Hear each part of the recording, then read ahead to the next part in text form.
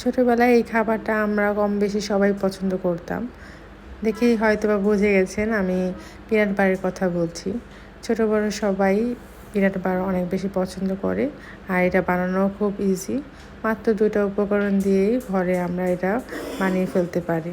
আসসালামু আলাইকুম, আশা করি সবাই ভালো আছেন যে যেখান থেকে আমার ভিডিওটা দেখছেন। আজকে আমি লো ফ্লেমে সম্পূর্ণ রান্নাটা কমপ্লিট করব। ফার্স্টে প্যান নিয়ে নিলাম, দেন চিনি দিয়ে দিলাম পরিমাণ মতো। যে পরিমাণ চিনি দেব তার হাফ পরিমাণ আমি পানি দিয়ে দেব।